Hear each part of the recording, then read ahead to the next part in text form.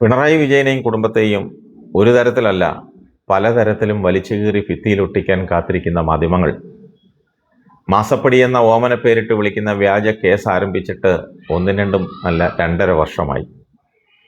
ഇനി അത് അന്വേഷിക്കാൻ ഏകലോകത്തും പരലോകത്തുമായി CID മൂസയല്ലാതെ മറ്റൊരു ഏജൻസിയും ബാക്കിയില്ലെന്നാണ് തോന്നുന്നത്. ആദ്യം ഇൻകം ടാക്സ്, പിന്നെ രജിസ്ട്രാർ ഓഫ് കമ്പനീസിൻ്റെ ബാംഗ്ലൂർ, ചെന്നൈ, പോണ്ടിച്ചേരി ബ്രാഞ്ചുകൾ, പിന്നീട് SFIO, ഏറ്റവും ഒടുവിൽ രാജ്യത്തെ ശതകോടികളുടെ തട്ടിപ്പുകൾ അന്വേഷിക്കുന്ന ED. ചില മാധ്യമങ്ങളുടെ വാർത്തകൾ പ്രകാരം വീണയ്ക്കിപ്പോൾ കുരുക്ക് മുറുകി മരിക്കേണ്ട സമയം കഴിഞ്ഞു.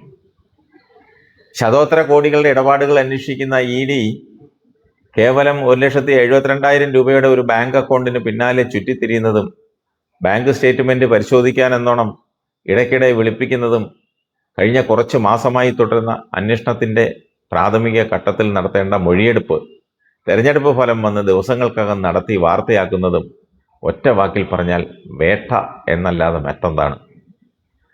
കുറ്റിയിൽ കെട്ടിയ പശുവിനെ പോലെ വട്ടത്തിൽ ചുറ്റിത്തിരിയുന്ന ഈ അന്വേഷണം മാധ്യമങ്ങൾക്ക് കുരുക്കുമുറുകി എന്ന ഗ്രാഫിക്സ് കാർഡ് ഇറക്കാനുള്ള ഒരു പരിപാടി മാത്രമാണ്. ED കണ്ടെത്തേണ്ടത് എന്തൊക്കെയാണെന്ന് മനസ്സിരുത്തി ഒന്ന് ചിന്തിച്ചാൽ മനസ്സിലാകും. വീണ നികുതി വെട്ടിച്ചോ? വീണയുടെ കമ്പനിക്ക് അവിഹിതമായി എന്തെങ്കിലും CMRL കൊടുത്തോ? CMRL നിന്ന് എന്തെങ്കിലും ലഭിച്ചോ? എക്സാലോജിക്ക് ഒരു കടലാസ് കമ്പനിയാണോ? ഈ 3 ചോദ്യങ്ങൾക്ക് ഉത്തരം കിട്ടാൻ കേവലം 3 മണിക്കൂർ പോലും വേണ്ട. എക്സാലോജിക്ക് കമ്പനിയും അതിൻ്റെ ഉടമ വീണയും നിയമാനുസൃതമുള്ള GST അടച്ചില്ലെന്ന ആരോപണം സ്വന്തമായി വക്കീലാഫീസൊക്കെയുള്ള ഒരു വിദ്വാൻ ഒരിക്കൽ ഉന്നയിച്ചു.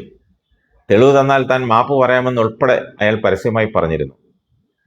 GST രേഖ പുറത്തു വന്നിട്ടും ആ വിദ്വാൻ മാപ്പ് പറഞ്ഞോ? വീണ കൃത്യമായി സേവനം നൽകി തന്നെയാണ് CMRL കമ്പനിയിൽ നിന്ന് തുക കൈപ്പറ്റിയത്. സേവനം നൽകാതെയാണ് വീണ കൈപ്പറ്റിയതെന്ന വാദം ഇനി നിലനിൽക്കില്ല. കാരണം സേവനത്തിന് കമ്പനി പണം നൽകി. ആ തുകയ്ക്ക് തുല്യമായ നികുതി വീണ GST വകുപ്പിന് നൽകുകയും ചെയ്തു. കള്ളപ്പണം ആരെങ്കിലും നികുതി കൊടുത്ത് നിയമാനുസൃതം വാങ്ങുമോ? സേവനം നൽകിയില്ലെന്ന് കമ്പനി ഒരിക്കലും പറഞ്ഞിട്ടില്ല. ഏതോ ജീവനക്കാരൻ്റെ പ്രാഥമിക മൊഴിയാണ് ആദായ നികുതി ഇടക്കാല പരിഹാര സമിതി പരിഗണിച്ചത്.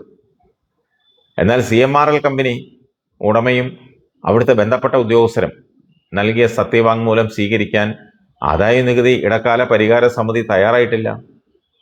അതിൻ്റെ പുറത്താണ് ഇപ്പോഴത്തെ പുകൽ അത്രയും. വീണയുടെ നികുതി രേഖകൾ സർക്കാർ പരസ്യപ്പെടുത്തുന്നില്ലെന്നായിരുന്നു കോൺഗ്രസിൻ്റെയും BJPയുടെയും ആക്ഷേപം. അവരിലൊരാൾ വിജിലൻസ് കോടതി മുതൽ സുപ്രീം കോടതി വരെ പോവുകയും ചെയ്തു. ആ കേസ് സകല കോടതികളും ചുരുട്ടിക്കൂട്ടി ചവറ്റുകൊട്ടയിലിട്ടതും നാം കണ്ടതാണ്.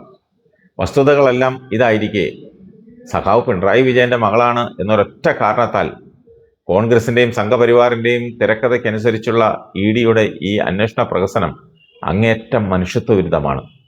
പറയാതിരിക്കാൻ നിവൃത്തിയില്ല.